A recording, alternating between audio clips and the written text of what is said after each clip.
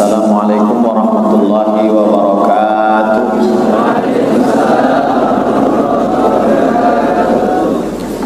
Alhamdulillah wassalatu wassalamu ala Rasulillah wa ala alihi wa ashabihi wa man da'a bi da'watihi wa istanna bi sunnatihi ila yaumi liqa'i rabbih wa ba'd. Asyhadu an la ilaha illallah wahdahu la syarika lah wa asyhadu anna sayyidana Muhammadan abduhu wa rasuluh wa safiyuhu min khalqihi wa khaliluh addal amanah wa ballagha risalah wa nasaha lil ummah wa tarakana 'alal mahajjatil bayda lailuha kanahariha la yazighu anha illa halik. Hadirin hadirat, muslimin muslimat, jamaah fardu zuhur, insyaallah kita semua dimuliakan Allah Subhanahu wa taala. Amin. Sa'atun yudhilluhumullah, ada 7 golongan. Yudhilluhumullah, mereka ini akan dapat naungan Allah. Yauma la dhilla illa dhilluh, hari itu tak ada naungan sejengkal matahari dari kepala.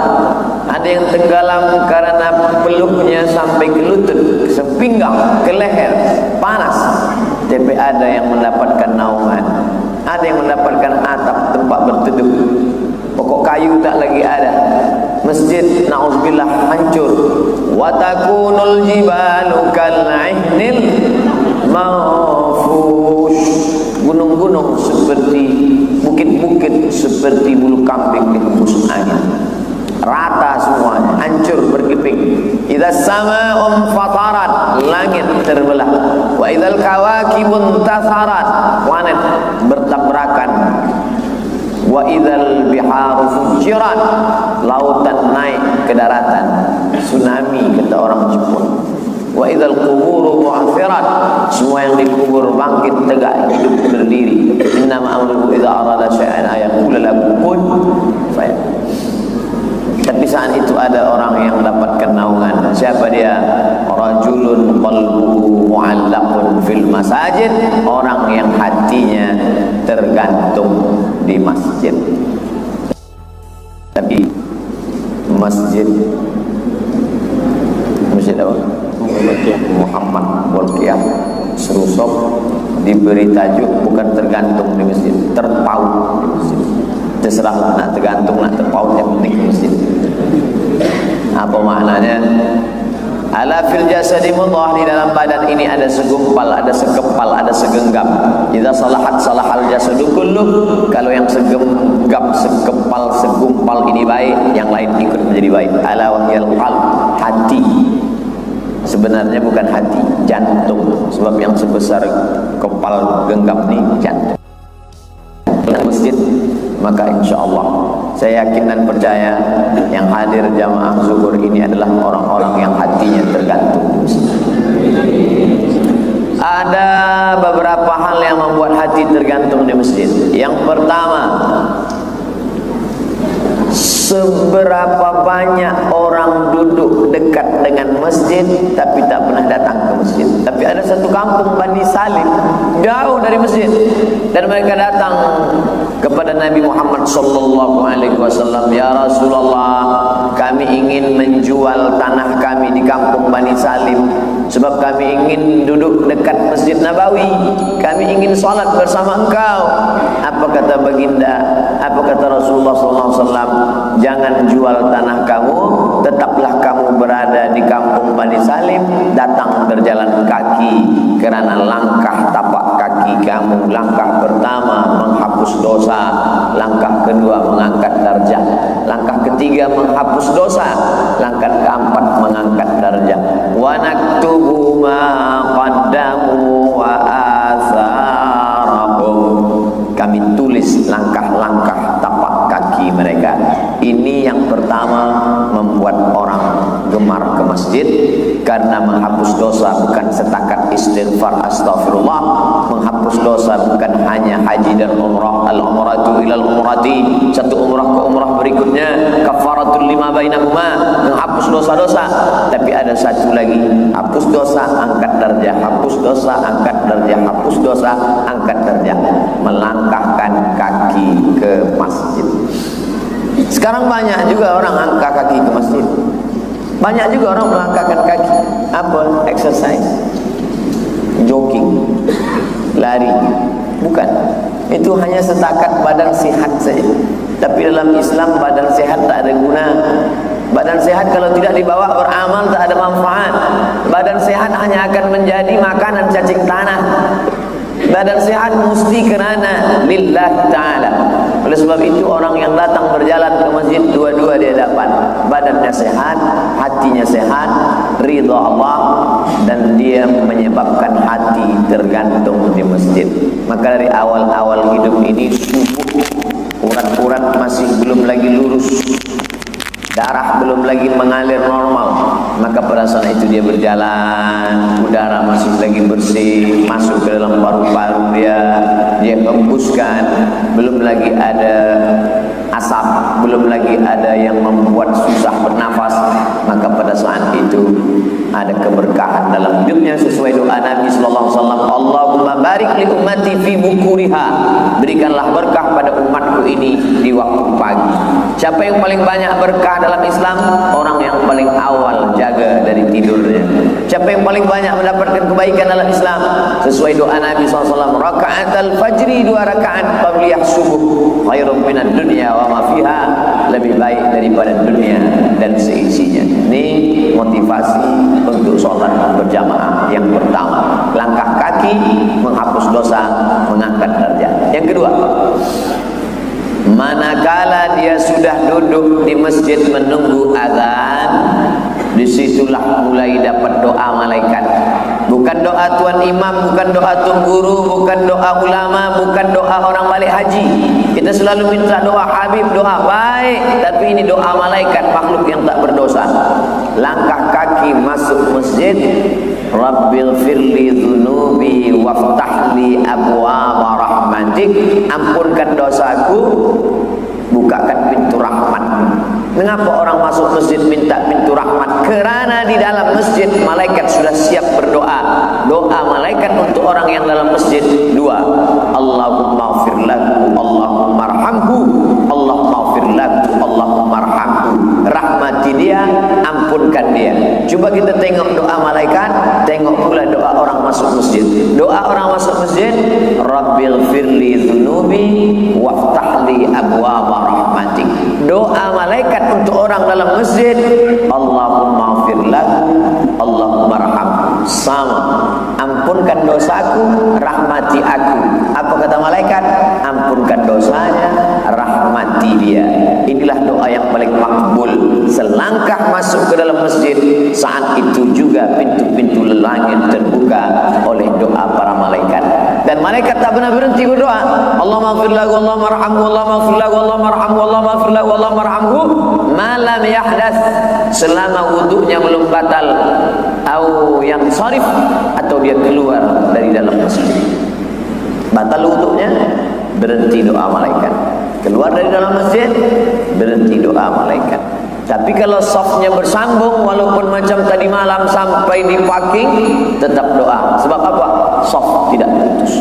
Maka saudaraku yang ada di luar masjid, selama soft tak putus, maka puan-puan yang berada di luar, selama soft tak putus, maka tetap mendapatkan doa Allahumma ighfir lahu, Allahumma arhamhu.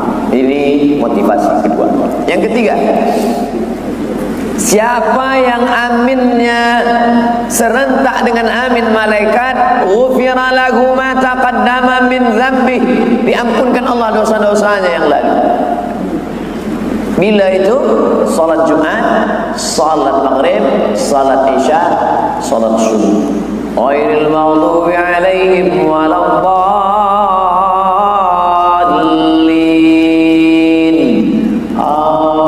Amin. Siapa yang serentak amin dia dengan amin malaikat, ghufira lahu ma taqaddama min dzambi, diampunkan Allah dosa-dosanya yang telah lalu. Sekarang banyak orang salat berjamaah tak ada dia ikut amin. Ghairil maghdubi alaihim waladdallin. Semua orang sebut amin, dia diam aja. Amin. Apa waktu sebut amin? Orang dah ramai dah Ustaz. Bukan masalah orang lain sudah sebut, kita sudah ramai. Bila kita di masjid ada 1000 orang, 999 orang sudah mengatakan amin, suara sudah pecah menggelegar, tapi kita tak dapat. Sebab yang kita inginkan bukan dengar suara bergemuruh itu.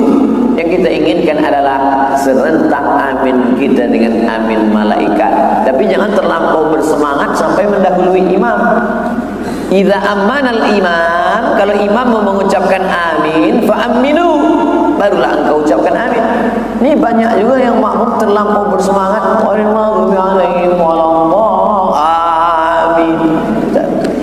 Kenapa awak cepat betul tadi? Saya ni McLaren. Oh, ini bukan berlumba. Ini adalah mencari rahmat Allah. Serentak amin kita dengan amin para malaikat, kerana malaikat hadir.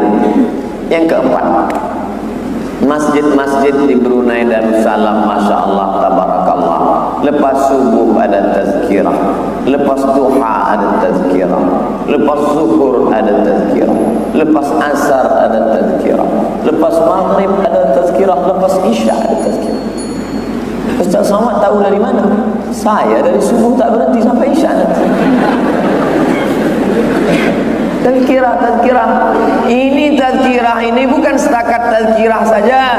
Sebab bila tazkirah di YouTube pun ada tazkirah, tazkirah di televisyen pun ada tazkirah, radio pun ada tazkirah. Apa bezanya tazkirah di masjid? Majtama'a qaumun fi baitin min buyutillah, berkumpul orang di rumah Allah.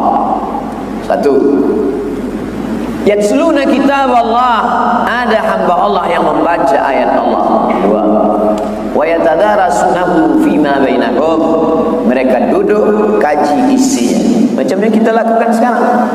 Baca ayat, baca hadis, fatwa ulama, kaji isinya. Majlis kita bukan majlis lawa sia-sia. Majlis kita majlis ilmu. Majlis kita majlis zikir. Majlis yang saling mengingatkan orang yang lalai. Tazkirah, hazihi tazkirah, faman syaa dzakara. Ini majlis tazkirah, mengingatkan orang yang lalai dan lupa. Apa kata Nabi sallallahu alaihi wasallam? Siapa yang melakukan 3, Allah balas 4. Berkumpul di masjid, mendengarkan ayat Al-Quran dibacakan, dikaji isinya.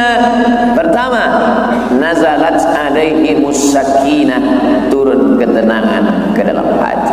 2, ghasyat bihimur rahmah, mereka diberikan rahmat Allah. 3, hafat bihimul malaikah, mereka dikelilingi oleh para malaikat membawa rahmat dan ridha Allah. 4, wa dzakarahumullahu fi man indah, mereka dibanggakan Allah Ta'ala kepada para malaikat. Majlis kita zuhur ini majlis yang dibanggakan Allah kepada para malaikat. Ataj'alu fiha man yufsidu fiha wa yasfikud dima, untuk apa engkau ciptakan mereka ya Allah? Mereka hanya akan berperang, mereka hanya akan saling membunuh, mereka hanya akan menumpahkan darah, mereka akan merusak di atas muka bumimu. Tapi hari ini pandanglah, mereka berzikir mengingat aku, mengagungkan asmaku, i'tikaf dalam rumahku, menyembah aku, padahal mereka tak pernah melihat aku, dan mereka tak pernah melihat serat surgaku, mereka tak pernah merasakan panas nerakaku. Hai malaikat, pernah mereka melihat aku? Tidak. Pernah mereka melihat surgaku? Tidak.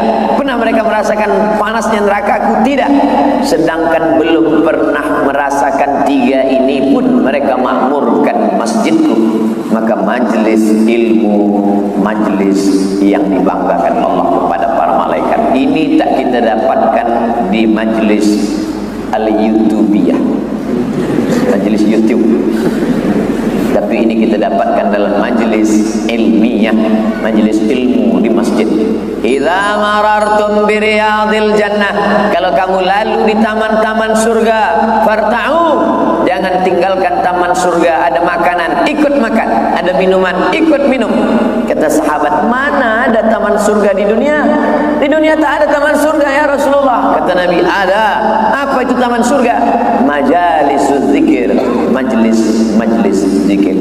Majlis kita bukan majlis sia-sia, majlis kita bukan majlis lara, majlis kita bukan majlis maksiat, majlis yang saling mengingatkan orang yang lupa tentang manfaat salat berjamaah. 5, di masjidlah orang boleh menengok, memandang, melihat dengan kepalanya bagaimana imam memimpin salat. Imam tidak terus saja seperti kita solat sendirian di kamar di rumah. Allahu Akbar. Apa kata Imam? Qul a'udzu birabbin nas, malikin nas, ilahin nas, min syarril waswasil khannas alladzi yuwaswisu fi sudurin nas minal jinnati wan nas. Selepas itu imam menghadap kiblat, sawus sufuf, luruskan shaf, istawu, luruskan, wa'tadilu, rapatkan, sawus sufuf, luruskan dan rapatkan shaf. Fa inna tasbiyatas sufuf min tamamis shalah. Maka shaf pertama dipandang oleh imam, shaf kedua memandang shaf pertama, shaf ketiga memandang shaf kedua. Manakala imam duduk iftirash tasyahud awal, makmum di belakang melihat kaki imam. Oh, begitu duduk iftirash. Yang saya ni selama ni salah. Maka makmum yang di belakang meluruskan duduknya, dilihat oleh makmum shaf kedua kepada shaf pertama, shaf ketiga kepada shaf kedua, shaf keempat kepada shaf ketiga. Duduk tawarruk terakhir, tasyahud akhir, disitulah makmum melihat kaki imam. Maka pada saat itu orang sedang belajar gerakan salat mutawatir dari Nabi turun ke sahabat, sahabat turun ke tabi'in, tabi'in turun tabi'in, tabi'in turun kepada imam mazhab, sampai kepada guru kita, sampailah hari ini. Dari mana orang tahu gerakan salat berjamaah? Dari salat di masjid. Ada dulu kita melihat Nabi salat? Tak ada. Dari mana kita tahu Nabi mengangkat tangan Allahu Akbar? Bagaimana kita tahu Nabi bangkit dari rukuk sami Allahu liman hamidah? Kalau bukan sahabat yang bercerita. Tabi'in tak pernah menengok Nabi. Tabi'in tak pernah melihat Nabi. Bagaimana tabi'in tahu? Tabi'in melihat sahabat, sahabat melihat Nabi. Tabi'in bertanya kepada sahabat. Sahabat yang ditanya namanya Khabbab ibnul Arth. Ya Khabbab, ya, apakah Nabi itu kalau solat mulutnya bergerak apa diam? Kata Khabbab, Nabi kalau solat mulutnya bergerak, walaupun solat itu sir, bukan solat jahar. Allahu Akbar. Allahumma ba'id baini wa baina khataaya kama ba'adta baina al-masyriqi wal maghrib. Jadi sahabat Nabi melihat Nabi, bukan setakat tangan mengangkat, bukan sebatas lutut bergerak, tapi sampai pada mulut bergerak pun sahabat tahu. Ya Khabbab, apakah engkau melihat Nabi salat? Ya. Apakah Nabi kalau salat itu mulutnya bergerak? Bergerak. Dari mana engkau tahu mulut Nabi bergerak? Apa kata Khabbab? Bittirabi lihyati. Aku tahu Nabi itu kalau sembahyang mulutnya bergerak. Bittirabi lihyati, karena aku melihat janggutnya bergoyang. Nabi kalau sholat janggutnya bergoyang. Kenapa janggutnya bergoyang? Karena dagunya bergoyang. Kenapa dagunya bergoyang? Karena Nabi membaca, melafazkan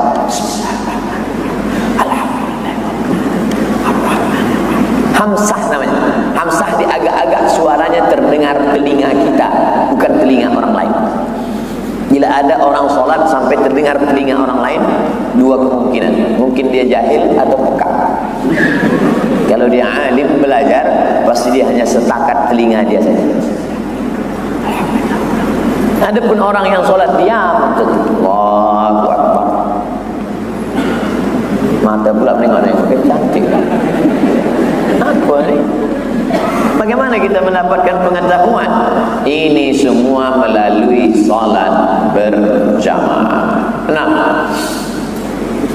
Assalamualaikum warahmatullahi wabarakatuh. Assalamualaikum warahmatullahi wabarakatuh. Imam pun astaghfirullah, astaghfirullahalazim, astaghfirullahalazim alladzi la ilaha illa huwa al-qayyum ilaih. Allahumma antas salam wa minkas salam ila akhirih. Allahumma la mani'a lima a'taita wa la mu'tiya lima mana'ta wa la radda lima qadaita wa la yanfa'u dzal jaddi minkal jaddu ila anta maulana. Subhanallah, subhanallah, subhanallah. Jelas.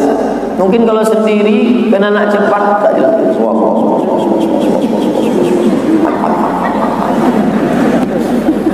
Jelas. Tapi bersama dengan imam, subhanallah, subhanallah, subhanallah, subhanallah. Likulli sulama minkum sadaqah. Setiap tulang-tulang sendi ini mesti ada sedekahnya. Likulli tasbihatin sadaqah. Setiap tasbih sedekah. Likulli tahmidatin sadaqah. Setiap tahmid sedekah. Likulli tahlilatin sadaqah. Setiap tahlil sedekah. Subhanallah, alhamdulillah, la ilaha illallah, wallahu akbar. Pada saat itu kita sedang bersedekah tulang-tulang sendi. Subhanallah, alhamdulillah, la ilaha illallah, wallahu akbar. Ini hanya dapat dalam sholat berjamaah. Berapa banyak orang sholat di office, sholat di bilik, selesai salam terus saja, assalamualaikum warahmatullahi wabarakatuh, assalamualaikum warahmatullahi. Kadang mungkin salam kedua pun tak lagi, assalamualaikum warahmatullahi, ya kejap, hilang zikir. Makanya masuk dalam masjid, handphone mati semua, off. Saat itu kita serahkan diri kepada Allah Subhanahu wa taala. Saat itu kita sedang merasakan kekhusyukan, merasakan hati yang tenang. Wallazi anzala sakinata, dia yang menurunkan ketenangan fi qulubil mu'minin, ke dalam hati orang yang beriman. 7. Qad ujibat da'watukuma, doa kamu berdua sudah dikabulkan Allah.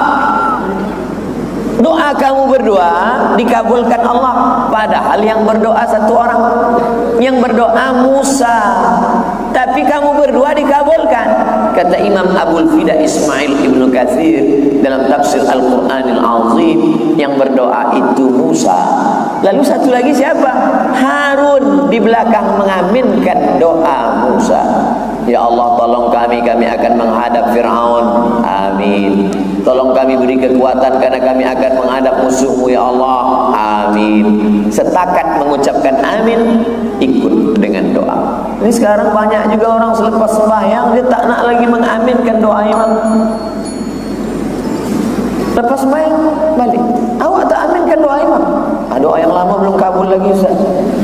Macam mana? Doa ini ibadah. Ad-doa silahul mu'min. Doa senjatanya orang beriman. Ad-doa mukhul ibadah. Doa itu otaknya ibadah. Manusia ini yang dipandang otaknya, akalnya, otak yang mengatur manusia. Dan dalam ibadah ini otaknya adalah doa. Bismillahirrahmanirrahim. Alhamdulillahirabbil alamin, arrahmanir rahim, maliki yaumiddin. Iyyaka na'budu wa iyyaka nasta'in. Ihdinas siratal mustaqim, siratal ladzina an'amta 'alaihim ghairil maghdubi 'alaihim waladdallin. Amin. Allahumma anzilur rahmata was salamata wal barakata 'ala hadhil jamaah. Allahumma inna nas'alukal huda, kami memohon berilah kami hidayah, wat tuqa, tanamkan ketakwaan dalam hati kami, wal afaf, menjaga diri dari yang haram dan syubhat, wal ghina, berikan kami kecukupan ya Allah. Allahumma aghnina bihalalika an haramik, cukupkan kami dengan yang halal sehingga kami tak lagi tergoda untuk mencari yang haram. Allahumma inna na'udzubika min ilmin la yanfa', jauhkan kami dari ilmu yang tak bermanfaat, wa min qalbin la yakhsha', jauhkan kami dari hati yang tak khusyuk, wa min nafsin la tashba', jauhkan kami dari nafsu yang tak pernah kenyang, wa min du'ain la yusma', jauhkan kami dari doa yang tak dikabulkan.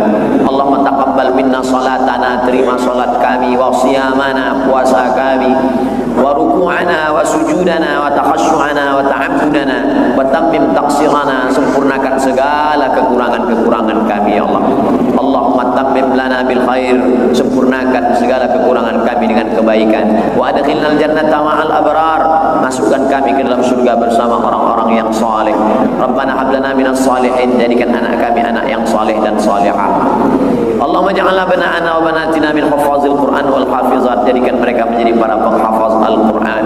Minal mujahidina fi sabilik bi amwalihim wa anfusihim, mereka akan menolong agama dengan harta dan nyawa mereka ya Allah. Allahumma faqihna fid din, dalamkan ilmu agama kami, wa 'allimna ta'wil, ajarkan kami pemahaman Al-Quran yang benar. Rabbana atina fid dunya hasanah wa fil akhirati hasanah wa qina adzabannar. Wa sallallahu ala sayyidina wa maulana Muhammad wa ala alihi wa sahbihi wasallam, walhamdulillahi rabbil alamin. Taqabbalallahu minkum minna wa minkum taqabbal ya.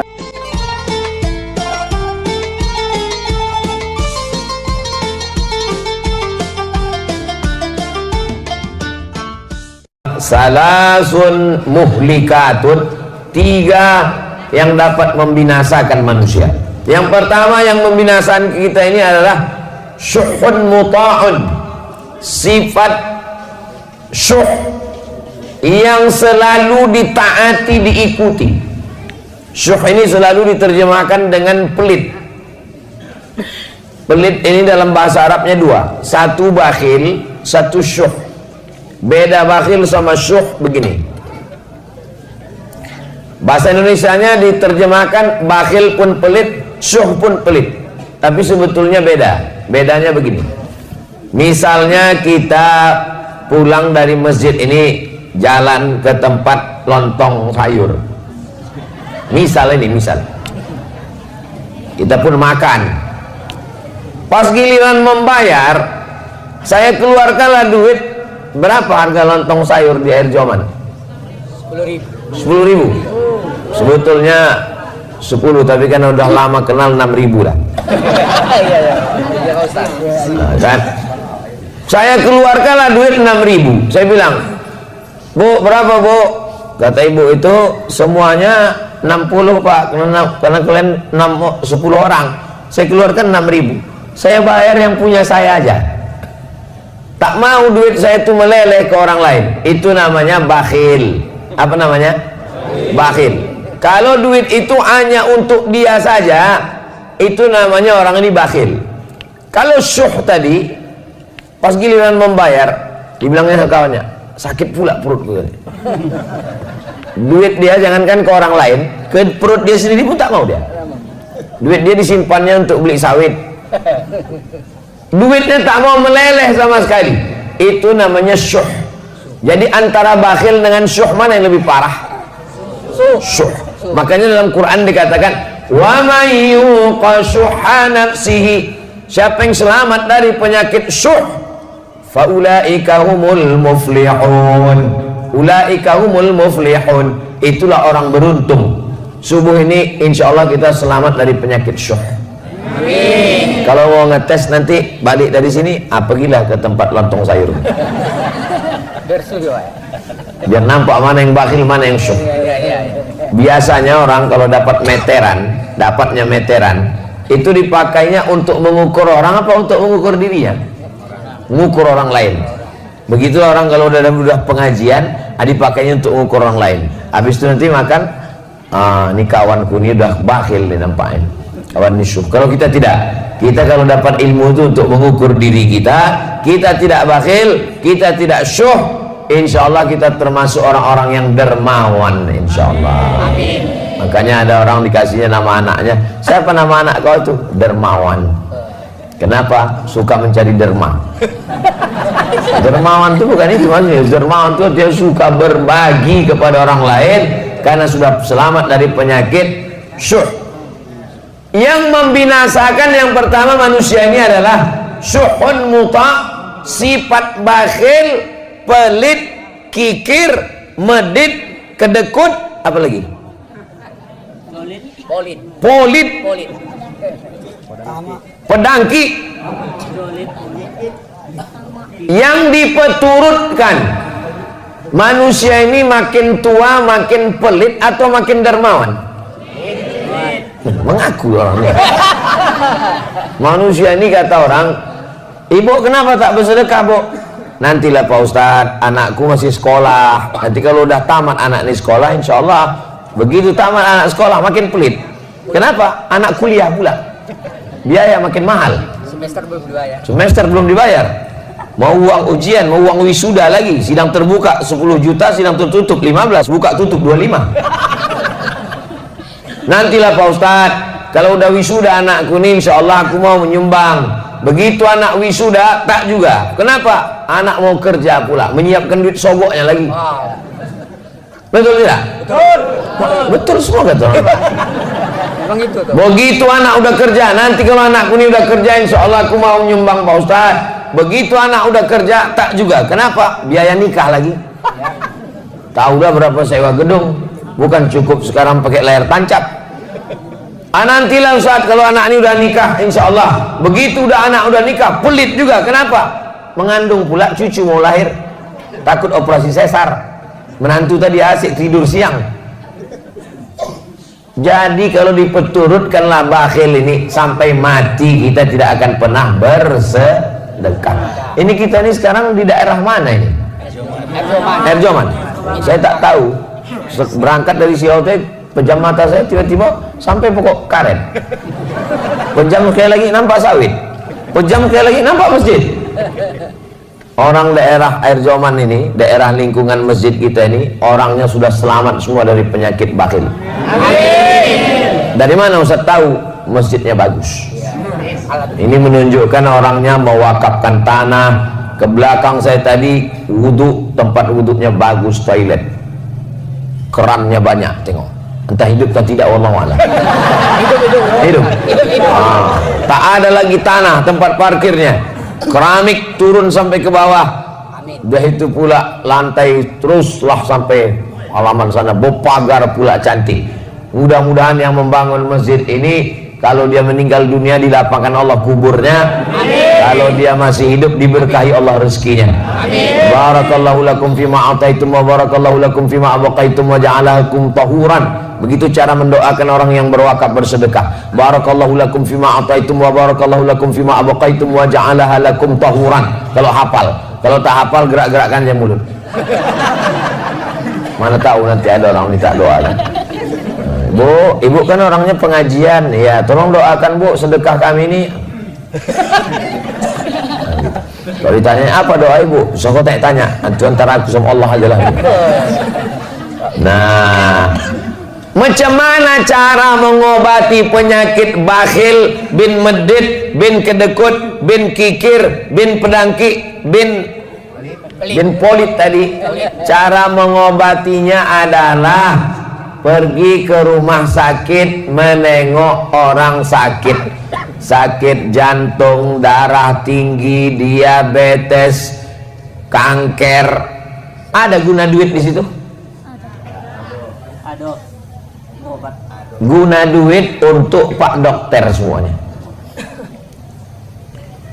Duit bisa banyak, dokter bisa dibayar, rumah sakit bisa dibeli kalau orang kaya. Tapi ada satu yang tak bisa dibeli. Apa dia? Kesehatan.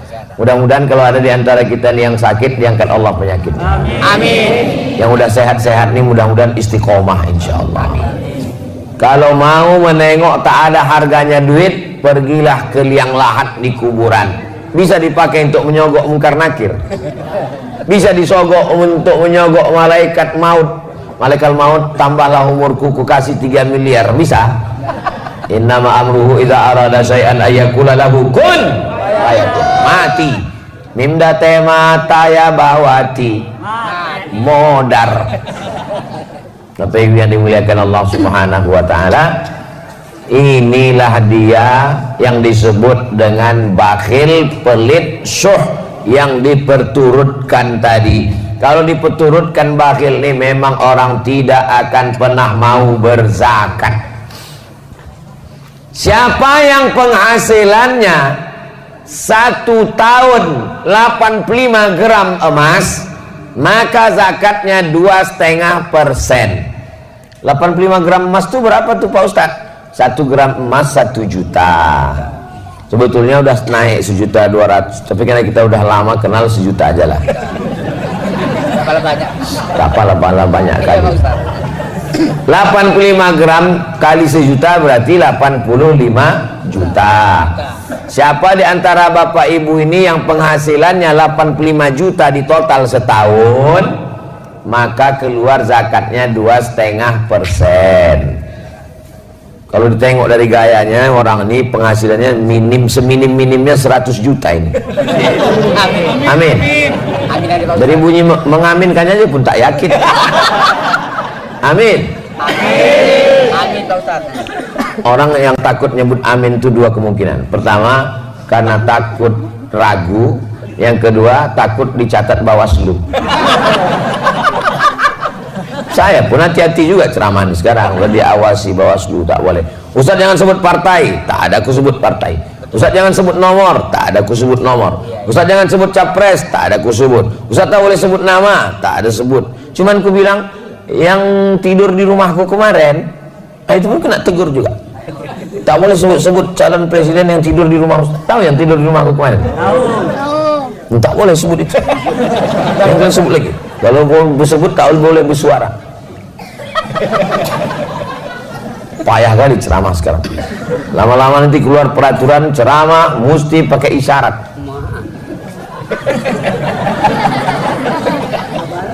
Bapak Ibu yang dimuliakan Allah Subhanahu wa taala, maka keluarkan zakat 2,5%. Kalau 100 juta zakatnya 2,5%, berapakah zakat dari 100 juta?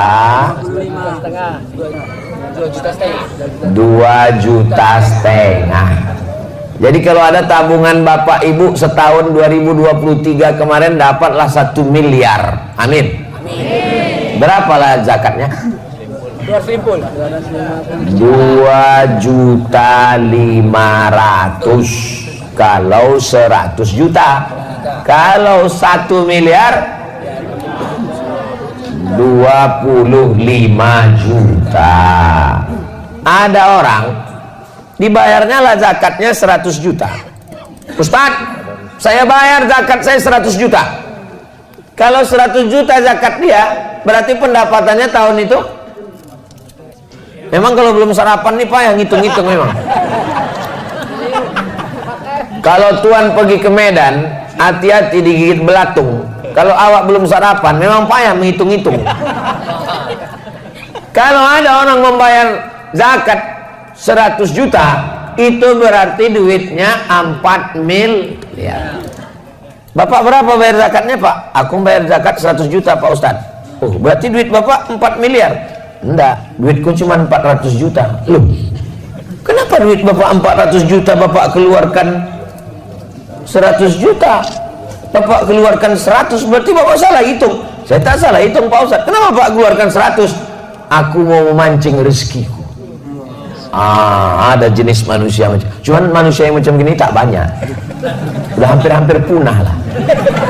Perlu dibudidayakan. Jauh berjalan banyak ditengok, lama hidup banyak dirasa. Lain padang, lain belalang, lain lubuk, lain ikannya. Banyaklah saya jumpa manusia yang unik-unik macam ini. Tapi tak banyak kali. Cara dia untuk menjolok rezeki itu adalah dibanyakkannya zakatnya, biar supaya diturunkan Allah. Dan memang manjur rupanya. Jangan berhitung-hitung sama Allah. Ini banyak orang ini berhitung-hitung sama Allah. Kau kalau berhitung-hitung sama Allah, nanti Allah berhitung-hitung pula sama kau. Dikasihnya napas setengah. Baru tahu, tak sampai ke ujung. Bayar pajak lagi Ustaz. Belum bayar pajak lagi. Bayar pajak bukan main takutnya sama petugas pajak. Kalau bayar zakat tak ada takut sama sekali.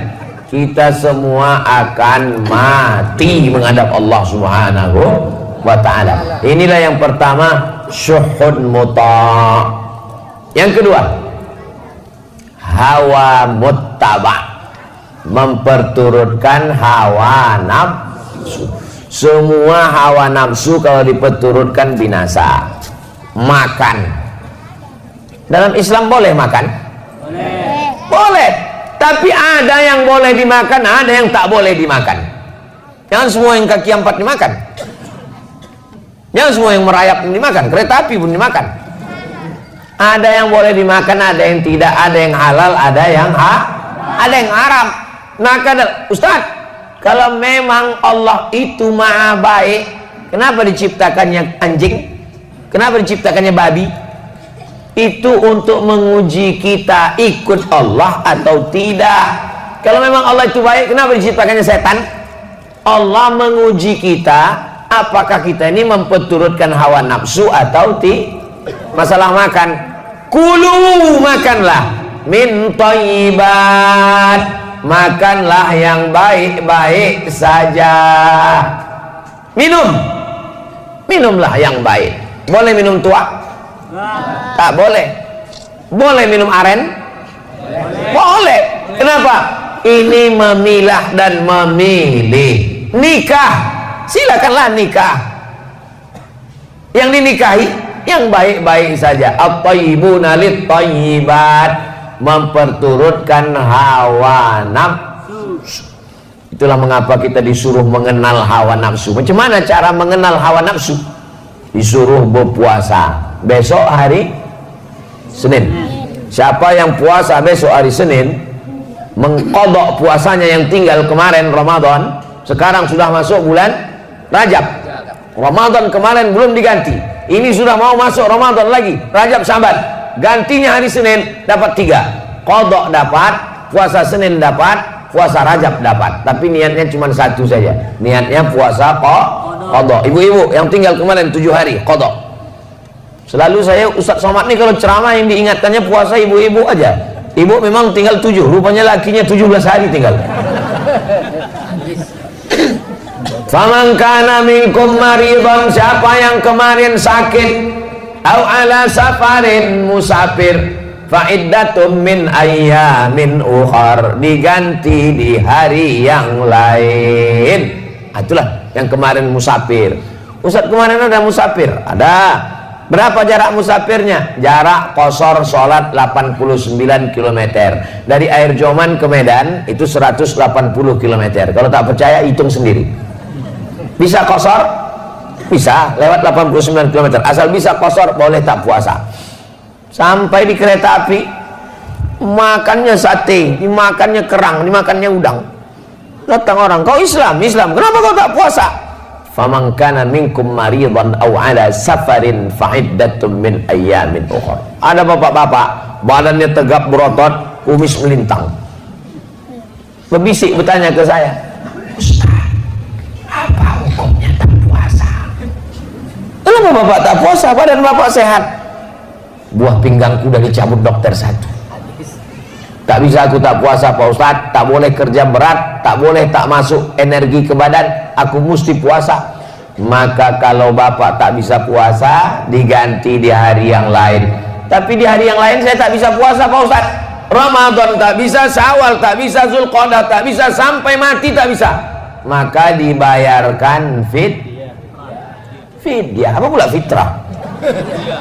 Dibayarkan fidyah.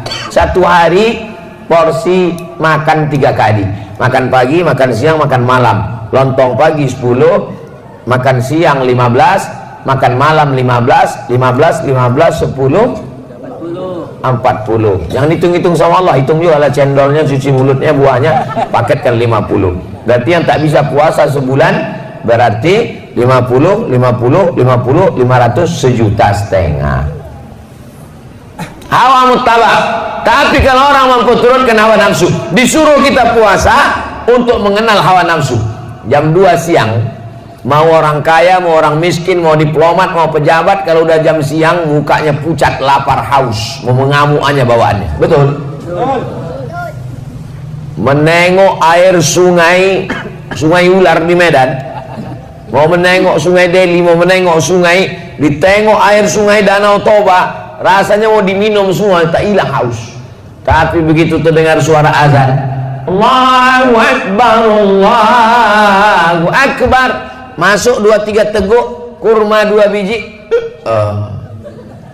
hilang hawa nafsu. Itulah hawa nafsu itu. Hawa nafsu ini semua rasanya. Anak-anak muda nih kalau sebelum nikah ini, semua playboy cap tupai. Semua anak gadis orang mau dinikahinya. Tapi begitu sudah nikah, punya anak, pas ditanya, "Cemana?" "Cukuplah Pak Ustaz, satunya dia pun udah mau mati kali puasa." Begitulah hawa nafsu ini. Maka yang paling bahaya ini adalah memperturutkan hawa. Kira-kira kalau manusia ini dikasih duit 1 ton emas, cukup apa tak cukup? Lau kana li bani Adam wadiyan min zahab, seandainya manusia ini punya 1 lembah dari emas, ini bukit, di tengah ini ada lembah, isinya emas semua, walan tamla fahu illa turab, tidak akan pernah puas sampai mulutnya disumbat tanah. Maksud disumbat tanah tuh mati, masuk liang lahat, masuk cacing tanah ke mulut, barulah kata dia cukup ya Allah. Makanya kalaulah orang tidak menturutkan hawa nafsu, selamatlah dunia akhirat. Doakan supaya yang ceramah ini pun tidak diperturutkan hawa nafsu. Amin. Karena tapi ustadz kan ustadz, masa ustadz digoda setan juga? Ustadz yang setan yang menggodanya ustadz setan juga. Dia memang setan, tapi di kalangan setan itu dia ustadznya setan. Ustadz kan tamat dari Mesir. Iya, yang menggoda itu juga setan dari Mesir juga. Anak-anak buah Fir'aun. Maka didoakan jamaah ini kalau mendoakan jangan doakan cuma anak bininya, doakan juga ya Allah Ustaz Somad itu pun janganlah lagi dia diperturutkan hawa nafsu, supaya kita ini bisa mengendalikan hawa nafsu. Nafsu makan, nafsu minum, nafsu jabatan, nafsu politik, nafsu kekuasaan, nafsu. Selamat daripada hawa nafsu. Selama masih makan, selama masih minum, selama darah masih mengalir, maka pasti ada hawa nafsu. Kalau mau tahu nafsu sudah tak ada ketika ruh keluar dari jasad. Bapak Ibu pernah tak menengok, waktu nengok jenazah pas buka, tiba-tiba jenazah itu bilang, ada tak lontong sayur? Pernah nengok jenazah minta makan? Itu menunjukkan selama nafsu masih ada, artinya selama jasad ini masih ada ruh, masih bersemayam. Tapi kalau sudah tak ada lagi, insya Allah. Jadi kalau ada orang yang ngomong, Ustaz Somad, iya saya ini tak ada lagi hawa nafsu saya, berarti kau udah mati. Kita ini semua ada hawa nafsu, cuman bedanya ada yang memperturutkan hawa nafsu, ada yang bisa melawan hawa nafsu. Usahakan kalau pengajian subuh itu berhentinya masuk waktu maghrib. Macam mana pengajian subuh masuk waktu maghrib, Pak Ustaz? Maghrib di Air Joman jam berapa? Jam 6 lewat 6 lewat 18 18.35. Maka kalau pengajian subuh buatkan sampai jam 6.35. Begitu cara mudah ngitungnya. Enggak, 6.35 pagi ini Pak. Bukan 6.35 sore. 6.35 sore nanti dua gendangnya. Kalau tak ustadz tuh mati, jamaah tuh mati. Jadi kalau ada pengajian rutin subuh di masjid kita, pas saya tanya ada, bingung jamaah ini ada atau tidak. Dia mau bilang ada takut karena tak pernah hadir, mau bilang tak ada takut ada. Jadi kalau mana tahu buat acara pengajian subuh nanti Ramadan, buatkan pengajiannya itu sampai waktu sesuai maghrib. Ini kan waktu ini berubah ini. Nanti kalau kebetulan maghribnya 6.15, berhenti pas jam 6.15. Gunanya untuk apa? Supaya kita berhenti itu masuk waktu sholat sunat isyraq. Pakai kop isyraq. Kalau pakai kap isyraq sirik. Kau sholat apa tadi? Aku sholat isyraq. Sholat sirik. Isyraq artinya sholat waktu terbit matahari. Sholat terbit matahari ini keutamaannya 4. Pertama, sholat subuh berjamaah. Yang kedua, duduk iktikaf di masjid. Yang ketiga, berzikir. Yang keempat, sampai terbit matahari. Kalau dilaksanakan, kanat lahu ka ajri hajjatin wa umrah, dapat pahala seperti haji dan umrah. Nah, udah buku ayam. Pertama, bakhil. Yang kedua, memperturutkan hawa nafsu. Yang terakhir, yang ketiga. Kami perhatikan Ustaz Somad dari semalam ceramahnya di Silau Laut, di Air Joman, nanti di Tanjung Balai, 3 terus. Kenapa 3? Karena Kak Nur Aini ini nomor 3. Yang ketiga, fokus ini dulu, itu nanti. Yang ketiga adalah i'jabur rajuli li nafsihi, merasa kagum dengan diri sendiri. Ini penyakit yang berbahaya nomor 3. Di antara kita ini semua yang ramai ini di masjid nih, siapalah yang paling bisa kena penyakit ujub, kagum? Saya ini yang paling bisa. Disediakan tempat di depan, diminta jadi imam,